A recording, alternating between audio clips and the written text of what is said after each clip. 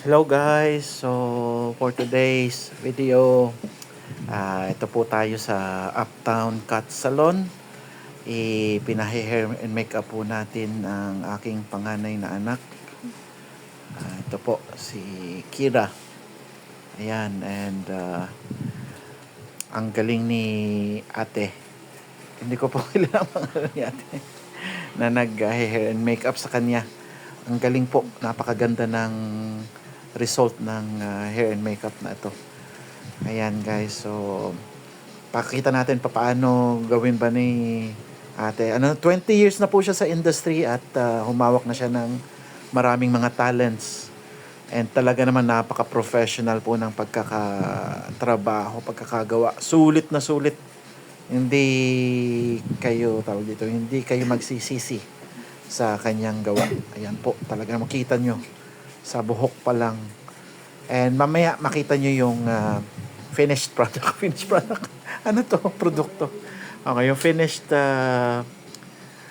finished niya. Finished na. Ayan. So, daming makeup, daming palettes ng color palettes ng Ito si Hello Max, ang aking mahal na motor. Talaga namang napakatibay at maaasahang motor. Yan. Ito po kami sa loob, masarap sa loob, aircon kahit mainit na ngayon. Ito pa, kasama na sa hair and makeup ang salon. So ito, lakas ng aircon dito sa Uptown Cut Salon dito po sa Santa Rosa Heights.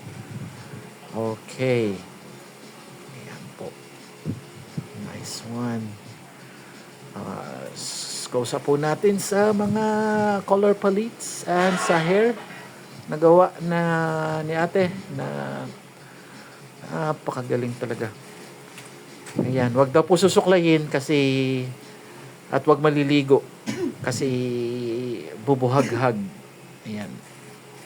Daming professional talaga ang pagkakagawa. Ayan, daming makeup. Yun, no? Ngiti naman dyan. Smile naman, smile. Ayan, guys.